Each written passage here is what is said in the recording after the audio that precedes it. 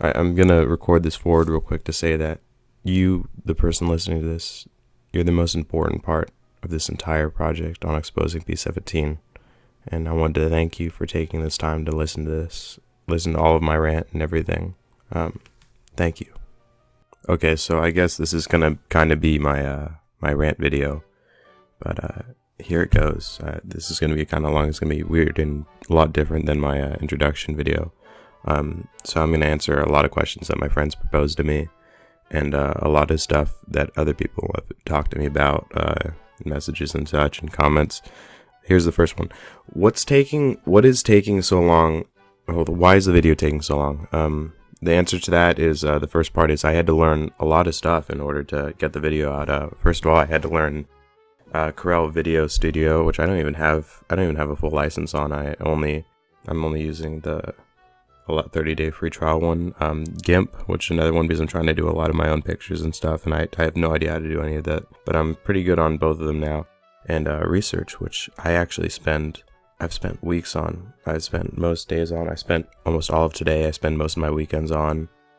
Just pouring through it, because everything I talk about and has to be absolutely factual, and also how I do it has to be very well put out. And it comes from a philosophy standpoint and a psychology standpoint that there's some things out there that people know are true, but they just don't want to understand it. They choose to not understand it because they want to believe something. And so it's the psychology of bringing someone back into the truth, because that's what's better for them. It may not be nice for them, they might not like it, but I'm trying to bring people into the truth. And so the series is only written, honestly, out of the 10-part series on vitamin B17, I've only written the first 4 episodes, and that's really scary to me. And I've only got the first 2 episodes fact checked, and I've only completely finished the first episode, which I just keep on redoing the voices for. With me and my friends, we're doing it because it needs to be right. It needs to be 100% down.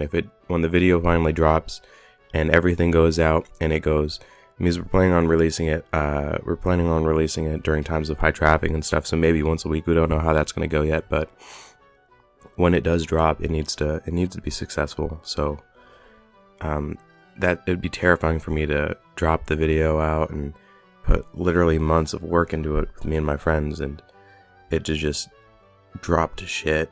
It would be terrible. But that's why the video is taking so long.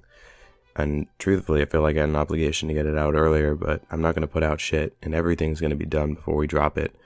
We keep hyping up to our friends and our family, and so far it's all talk. Personally, I mean, we have a lot of the research, and we've done a lot of it, but we're only at the quarter of the way through. That's the truth of it. The second thing is, why am I making these videos?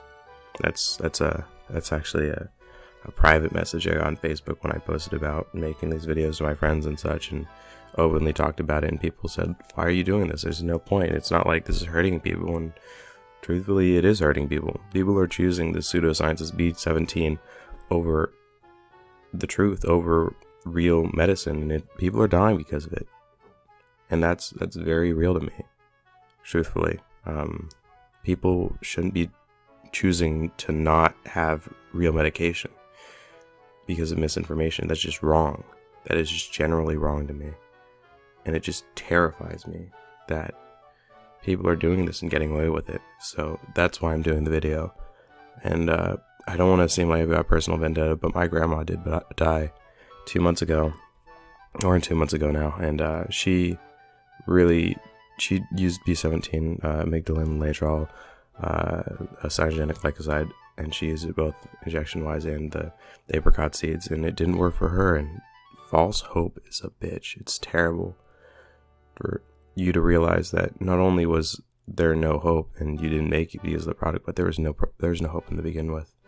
That is absolutely, that tears people up, and that destroyed her, and it destroyed me, and it just hurt. And to be there and allowing your family to be exposed to misinformation makes you feel so vulnerable. So that's why I'm doing it. Another thing is with speaking. I put so much work into this. It's ridiculous how much research I put into this. The audience is another thing you have to consider when you're doing something. in this audience, I mean, this is, first of all, this video is going down, but the audience is going to be a lower socioeconomic group. This video isn't for the skeptic community. This video isn't for people that aren't already smart enough in higher socioeconomic standpoints where they can understand that pseudoscience is bullshit, and if it was real science, we'd call it real science. You know what we call alternative medicine that works? Medicine. You know what we call pseudoscience that's been proved to be science? Science. And so the real thing is when the lower socioeconomic people come in my case, my grandma Mexicans, and they are affected by this harshly. So we really blended this towards the audience, and there's real talk in our group because several of us do speak Spanish, even though we sound like people that would not speak Spanish, I guess. We talked about putting out also in Spanish, which we might do too. We might do a Spanish skeptics group too, because it's really important to get the word out, especially to people of the lower class, because it's just, I mean, they don't have that exposure. They don't have that academia typically, which is sad, but it's a real truth. And if academia can't do it or won't do it, or they don't have the access to it right now, and I really hope they will later on eventually, the way social progress is moving, but we'll have to do it. And we're going to have to do it in a convincing way, and we're going to have to do it in a convincing way on a budget, because I only got $20 in my account, truthfully. So that's the Luke rant on that. On the research, how thorough is the research? The research is damn thorough. Everything from who someone is and the fact that they existed to the research papers is going to be fully read and such. Obviously, we can't view the raw data. That's how research works. A lot of the raw data is hidden, but we can do a lot of stuff, obviously, even without that.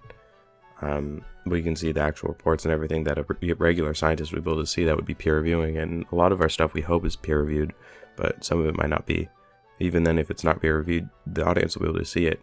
The only problem is it's not in Spanish, and it's also it's written so that in reality you have to have at least 2 years in college or so and a good academic standing to understand it. It's pretty technically there. I mean, it took me, it's been 2 months of literally dedicating my life to research, to understand everything. And it feels like at this point, I'm not even an engineering major anymore. It feels like I'm like an everything major. It's weird. The biology section was great. That I have to make it simple too. And I hopefully I'm going to have to translate into Spanish. That'd be awesome. That'd be a great problem to have. The philosophy section is just trying to convince someone to take back what they believed and remove their hope so that they can have a higher chance of surviving. This philosophy behind it's very hard to rip onto, and the psychology of what we're doing too, and how we're going to manipulate. And I use manipulating in the fairest sense. Manipulate them back is it's very, very interesting in my opinion. I have several people to consult with this and such, and a lot of people I know are really good, big philosophy buffs, but the psychology buffs and the actual psychologists that my family knows and I know were the real key helps in this. The big plan for it all, the big plan is in all to release the 10-part series on this and just let it drop and have this. And if you're hearing this, I'll already have a precursor out actually, but the big plan is for 10 episodes to come out on B17 and to just drop week by week by week by week by week, and for everything there to be extremely convincing and for it to all be peer reviewed and sourced properly, and you can't even be skeptical of it because everything that you see will be available to anyone. You can just bam. That's the plan. And will it happen like that? Will it be a good video? Will my editing skills be up to par? Will we properly make the good citations? Will the psychology of what we're doing be good? Is this going to be successful? I don't know. I honestly don't know. I just hope it does. And that's where you, right now, you listening, I don't know, random person that has seen me comment on their page before, that has some knowledge of how video editing works, how psychology works, philosophy works, how anything works. You are the most important person. You 6 people probably that are watching this episode right now, you and your friends, are extremely important to this plan. And what I really need you to do, really need you to do, is when the first video drops, it's not going to be big at all. It's going to be privated, and I'm just going to send it to people, and hopefully the people comment here. I'll put it on their discussion board or try to private message them. They're going to look at it, and they're going to absolutely fucking rip it apart. Everything needs to be analyzed and checked, absolutely, so that nothing is debated. Everything is factual in there. There's no room for fucking up on this. It has to be perfect. I put so much time, I put so much effort. When it does drop, it needs to be great. Why? It's because I'm actually, believe it or not, I'm usually not a very passionate person. I'm quite stupid in real life. It's I talk smart, but it took 3 tries to get through calculus 1. It was almost 3 tries to get through calculus 2.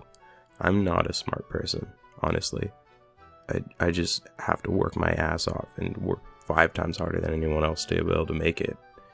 And so I think that really plays into why I'm doing this personally. I mean, I'm doing this because when I was growing up and learning, I really craved knowledge of, first of all, why was I so stupid? And I know people are gonna be like, nobody's stupid. No, I'm really stupid. And so when people fed me jargon and knowledge, pseudoscience, that it's my woo's out of balance or such, or that I just need to put this egg on my eye and that'll cure my weird disease or something like that, I took it at not way past face value. I just believed it as factual because I wanted to know what was wrong with me. And it wasn't until my doctor finally sat me down and was like, hey, you need to do this, and this, and your brain might be wired a little bit different. We don't know, but I know for a fact, nobody knows right now for certain, but you take these meds, you can improve your life. That I was brought to light, and I was brought to my light by a doctor who spent hours and hours and hours convincing me and my family and showing them the research and saying, hey, we don't fucking know, but nobody fucking knows. That we were brought to the light from pseudoscience.